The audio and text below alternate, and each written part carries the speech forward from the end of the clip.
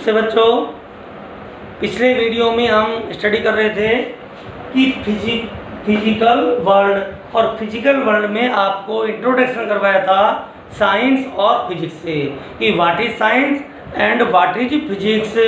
Now we shall discuss about scientific method. कि देखिए हमने फिजिक्स पढ़ लिया, तो फिजिक्स में हम पढ़ते क्या है, नेचुरल फिनोमेना की स्टडी करते हैं। भौतिक जो घटनाएं हैं, इस आपके नेचर में जो भी घटनाएं घटित हो रही हैं उनकी स्टडी की जाती है। और स्टडी करके हम क्या करते हैं, साइंटिस्ट क्या करता है, कुछ रिजल्ट निकालता है और साइंस के लॉज और फॉर्मूले उनको बनाता है। तो हमारे दिमाग में प्रश्न उठता है कि ये साइंटिस्ट है, वो ये फिजिक्स के लॉज है या साइंस के लॉज हैं या फॉर्मूलेज हैं, उनको कैसे बनाता है, कैसे साइंस के नियम, प्रिंसिपल, सिद्धांत ये जो आ रहे हैं वो कैसे आ जाते हैं। ठीक, तो उसके बारे में हम डिस्कस करते हैं। तो आज का हमारा टॉपिक रहेगा स्टेप ऑफ साइंटिफिक मेथड्स। तो उसके बारे में पढ़ते हैं, स्टेप्स ऑफ साइंटिफिक मेथड। अब देखिए बच्चों, आपके पास है स्टेप्स ऑफ साइंटिफिक मेथड। है क्या ये कि जब भी कोई साइंटिस्ट किसी भी फिजिकल फिनोमेना को देखता है या आपकी कोई भौतिक घटना को देखता है तो उसके दिमाग में क्यूरियसिटी उत्पन्न होती है कि ये फिजिकल फिनोमेना क्यों हो रहा है। एग्जाम्पल बताएं, एग्जाम्पल के द्वारा आपको बताएं कि न्यूटन आपके एप्पल के पेड़ के नीचे बैठा था और देखा कि पेड़ से एप्पल टूटने के बाद में नीचे गिरा, तो उसके दिमाग में क्यूरियसिटी आई कि जो एप्पल है वो अर्थ की और ही क्यों आया है, ये राइट साइड में क्यों नहीं गया या लेफ्ट साइड में क्यों नहीं गया या ऊपर की ओर क्यों नहीं गया। अब तो आप तुम तो बता दोगे साहब अर्थ के ग्रेविटेशनल फोर्स के कारण नीचे आ गया, उस टाइम पता थोड़ी था। तो उसकी में क्यूरियसिटी आई, तो सबसे पहले उसने ऑब्जर्व किया। तो सबसे पहला जो टॉपिक होता है वो होता है ऑब्जर्वेशन। आप किसी भी फिजिकल इवेंट्स को देखोगे, अब ऐसा नहीं है कि वो एप्पल ही नीचे आ रहा है, कोई भी चीज़ हम डालें तो कहाँ रही है, नीचे आती है। उसने आपके जैसे कोई चीज़ों को ऊपर जाके गिराया भी होगा, देखा होगा, सभी नीचे आ रही है। लेकिन आप देखो क्या हमेशा नीचे आती है। एक घटना हमने देखी कि मैंने एक कागज के टुकड़े को छोड़ा और हवा के कारण उड़ के ऊपर चला गया, तो क्या उस पर ग्रेविटेशनल फोर्स नहीं लगा, क्या लगा तो उस पर भी, तो फिर ऊपर क्यों चला गया? क्योंकि आप कहोगे साहब वो तो हवा उड़ा लेगी। इसका मतलब जो हमने ऑब्जर्व किया है उसके लिए हमें रूल्स को फॉलो करना है, तो हमें कुछ एक्सपेरिमेंट करने पड़ेंगे। और कैसे करने पड़ेंगे? Controlled experiment. हमको लेबोरेटरी के अंदर जाना पड़ेगा, क्योंकि बाहर जो चीज़ें हैं और जो इसको इफेक्ट कर रही हैं उनको हम कंट्रोल नहीं कर पा रही। जैसे हवा हमारे कंट्रोल नहीं हो रही खुले में, इसलिए हमें साइंटिस्ट क्या करता है, सबसे पहले फिजिकल फिनोमेना को ऑब्जर्व करता है कि ये फिजिकल फिनोमेना हो रही है, ऐसी फिनोमेना और भी हो रही है। और ऑब्जर्व करने के बाद में उस फिजिकल फिनोमेना के लिए एक्सपेरिमेंट करता है। और वो एक्सपेरिमेंट क्या कराएंगे? Controlled experiment. क्योंकि जो भी फैक्टर्स होते हैं जो उस फिजिकल फिनोमेना को इफेक्ट करेंगे उनको कंट्रोल करना पड़ेगा, तभी तो हम देखेंगे कि ये फिजिकल फिनोमेना किस किस फिजिकल क्वांटिटी पर डिपेंड कर रही है। तो सेकंड स्टेप क्या गया? Controlled experiment.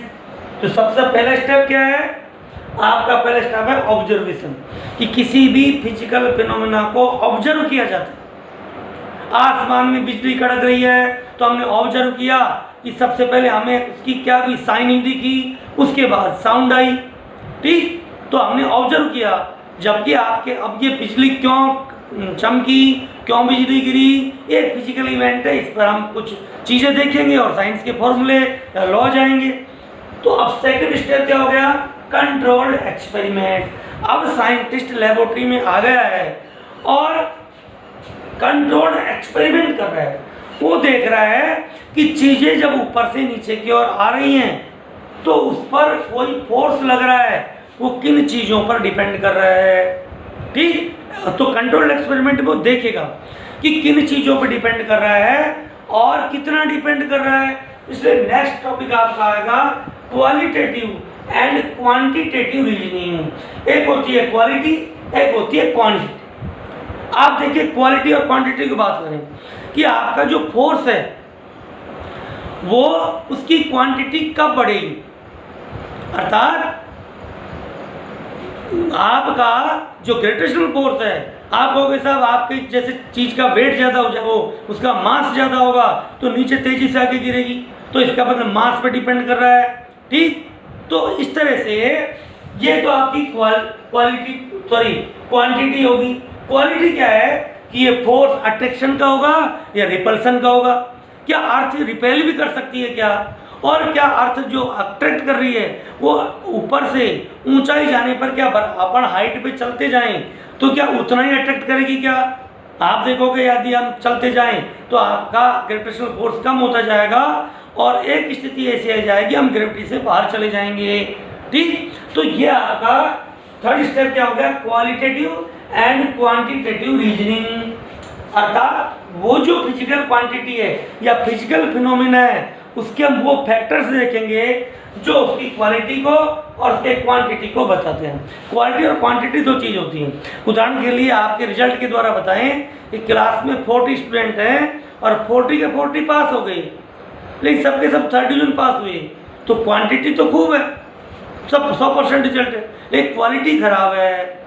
तो क्वालिटी और क्वांटिटी का मतलब, क्वांटिटी मतलब मात्रात्मक और क्वालिटी उसकी गुण। तो आपकी फोर्स की क्वालिटी वो अट्रैक्टिव है या रिपल्सिव है, डिस्टेंस के साथ कैसे बदलेगा, और उसकी वो आपकी मात्रा क्या होगी, फोर्स कम है ज़्यादा है, तो आपकी फिजिकल फिनोमिना है उस पर उसकी क्वालिटेटिव एंड क्वांटिटेटिव जो रीजनिंग है या उसके बारे में साइंटिस्ट क्या करता है, स्टडी करता है। अब उसने ये स्टडी कर ली कि उसकी क्वालिटी, जैसे हम फोर्स की बात करें न्यूटन वाली, तो वो आपका अट्रैक्टिव फोर्स है, रिपल्सिव फोर्स है, ये उसकी क्वालिटी होगी। क्वांटिटी की फोर्स की जो वैल्यू है कि वो कितना होगा वो किस पे डिपेंड कर रहा है। जैसे हमने न्यूटन का फॉर्मूला न्यूटन ने बताया है =ma ग्रेविटेशनल फोर्स हो, सॉरी W weight =mg। ठीक, या इसको हम W इसको फोर्स करेंगे G capital M small m upon capital R। अर्थ के सरफेस पर ये होगा, R का रेडियस, तो ये आपका किस पर डिपेंड कर, रेडियस पर, अर्थ के मास पर, ऑब्जेक्ट के मास पर, पढ़ेंगे आगे क्लास में। तो ये आपका क्या होगा, किस किस पर डिपेंड कर रहा है, और नेगेटिव साइन क्या बता रहा है उसकी क्वालिटी को कि अट्रैक्टिव फोर्स होगा। तो इस तरह से अब देखो उसने देखा कि किन किन चीज़ों पर डिपेंड कर रहा है और उसकी नेचर क्या है, तो ये किस में आएगा, क्वालिटेटिव एंड क्वांटिटेटिव रीजनिंग में। उसके बाद ये आने के बाद क्या आएगा, फिर फॉर्मुलेशन आएगा। फिर उसने ये देख लिया कि ये जो फिजिकल क्वांटिटी है वो किन किन अदर फिजिकल क्वांटिटी पे डिपेंड कर रही है और कैसे कर रही है, उसके आधार पर वो मैथमेटिकल फॉर्मुलेशन करेगा, उसका एक गणितीय संबंध या फॉर्मूला देगा जो आप फिजिक्स में को पढ़ते हैं। ठीक, न्यूटन का ग्रेविटेशनल का फॉर्मूला, न्यूटन की गति के समीकरण, इक्वेशन ऑफ मोशन, ठीक, और न्यूटन के लॉ ऑफ मोशन। तो ये जो आपके F = ma v = u + at, ये सब के सब क्या है, मैथमेटिकल फॉर्मुलेशन है। तो नेक्स्ट स्टेप क्या हो गया, मैथमेटिकल मॉडल और मैथमेटिकल फॉर्मूला। अब मैथमेटिकल फॉर्मूला दे दिया, उसके बाद में अब वो क्या करेगा, अब वो ये कहेगा, आप बोलो भाई मैं बता सकता हूँ, मैं वो साइंटिस्ट से कहूँ कि बताओ ये पेन है, इस पर अर्थ कितना ग्रेविटेशनल फोर्स लग रही है, वो कहेगा मैं फॉर्मूले से निकाल के बता दूंगा, फॉर्मूले से निकाल के बता दूंगा। ये नीचे जब जाएगा तो इसका एक्सीलरेशन क्या हो जाएगा, इसको अर्थ किस फोर्स से खींच रही है, ये वो इसको बोलते हैं प्रेडिक्शन। प्रेडिक्शन माने होता है भविष्यवाणी या घोषणा करना, बिना एक्सपेरिमेंट किए ही रिजल्ट बता दें। अर्थात यदि मैं इस पेन को डालूं तो साइंटिस्ट बिना इसको देखे बताएगा कि जमीन पर जाकर किस वेलोसिटी से जाके आपका टकराएगा। तो ये क्या होगी, उसकी प्रिडिक्शन या भविष्यवाणी या उसकी घोषणा। ठीक, अब वो इस फॉर्मूले के आधार पर प्रिडिक्ट कर सकता है कि आपकी कोई भी फिजिकल जो आपकी फिनोमिना है वो कैसे घटित होगी। कोई भी फिनोमिना होगी, जैसे आपका एयर प्रेशर घट गया तो किस स्पीड से एयर चलेंगी। आप देखो अब बरसात का मौसम है तो अब अलवर में कई बरसात हुई तो बोलो एयर प्रेशर कम नहीं हुआ, तो बता दिया कि जब भी मानसून कब आएगा पहले से बता देता मौसम विभाग। क्यों? क्योंकि प्रिडिक्ट करता है कि कब टेम्परेचर मौसम कैसा होगा। तो ये क्या है? साइंटिस्ट का प्रिडिक्शन है, और हम देखते हैं कि वो ज़्यादातर चीज़ें सही होती है।